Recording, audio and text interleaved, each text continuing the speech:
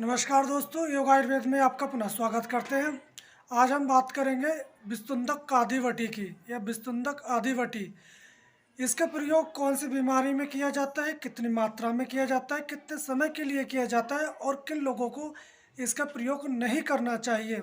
यदि ये बातें इस वीडियो में हम आपको बताने वाले हैं, तो आप हमारे साथ अंत तक बने रहें।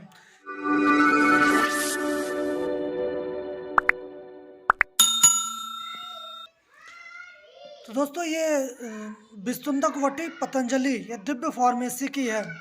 तो बहुत सारी फार्मा कंपनियां भी बनाती हैं, जैसे कि झंडू, दुधपापेश्वर इत्यादि कंपनियां जो है बिस्तुंदक वटी बनाती हैं। तो जो ये बिस्तुंदक वटी है, इसका जो मूल घटक है वो कुचला है।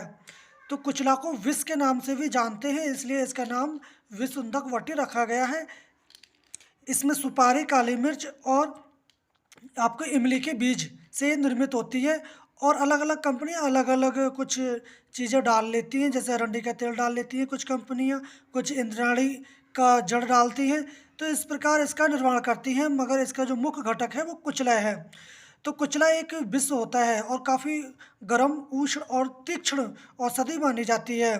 तो इसका उपयोग वात और कफ रोगों में किया जाता है, जैसे कि आपको सर्वाइकल स्पॉन्डिलाइटिस, डिस्क स्लिप, कमर का दर्द, साइटिका दर्द, घुटनों का दर्द, पैरालिसिस, लकवा, अधरता, मुंह की पैरालिसिस, या आपको कहीं भी शरीर में दर्द है उसमें इसका प्रयोग किया जाता है।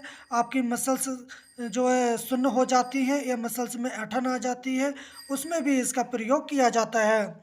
इसी प्रकार अगर किसी को भूख नहीं लगती है तो उसको उस बीमारी में भी इसका प्रयोग किया जाता है।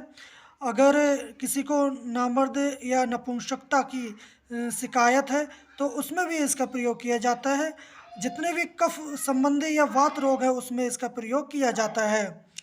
तो इसी प्रकार इस औषधि का उपयोग भूख बढ़ाने में या पाचन तंत्र को ठीक करने में, या जिसका बीपी लो रहता है तो उसमें भी इसका प्रयोग किया जाता है।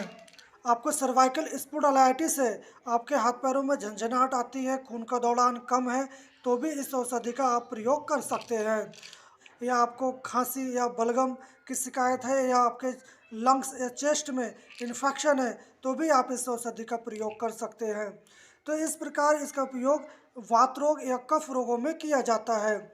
जितने भी पित्त रोग हैं उसमें इस औषधि का प्रयोग नहीं किया जाता है। अब वो बात करते हैं इस औषधि का सेवन विधि। तो इस औषधि का जो सेवन विधि है, एक एक गोली सुबह और शाम दूध, मक्खन या शहद के साथ इसका सेवन किया जाता है। अगर 18 साल से ऊपर का व्यक्ति है तो आप एक गोली इसका सेवन करवा सकते हैं। छोटे बच्चे और बुजुर्गों को इसका सेवन नहीं किया जाता है। अगर किसी को हाइपर बीपी की समस्या है तो भी इसका सेवन नहीं किया जाता है। ध्यान रखने वाली बातें और भी है कि अगर किसी इस व्यक्ति को इसका सेवन करीब 1 हफ्ता ही कराना चाहिए। काफ़ी ये गर्म औषधि होती है। और इसका सेवन किसको नहीं करना चाहिए, तो इसका सेवन गर्भवती महिलाओं को इसका सेवन नहीं करना चाहिए। या आपको बुखार की समस्या है, बुखार तेज़ है, तो भी आप इसका सेवन नहीं करें। अगर साथ ही साथ अगर आपको हाइपर बीपी या हार्ट की समस्या है कि आपको बीपी बढ़ा रहता है, तो भी आप इसका सेवन ना करें। तो इस प्रकार आप इसका जो है सेवन कर सकते हैं।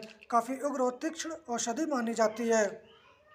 तो इस बिस्वंदक वटी का सेवन किसी और औषधियों के साथ भी किया जा सकता है। और आप इस किसी विशेष बीमारी में इसका सेवन करना चाहते हैं तो आप किसी डॉक्टर या चिकित्सक की परामर्श अनुसार इसका सेवन कर सकते हैं।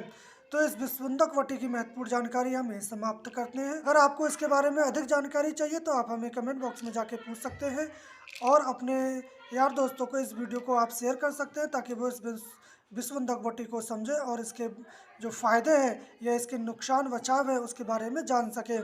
तो हम कल फिर मिलेंगे एक नई औषधीय जानकारी के साथ। तब तक के लिए जय हिंद।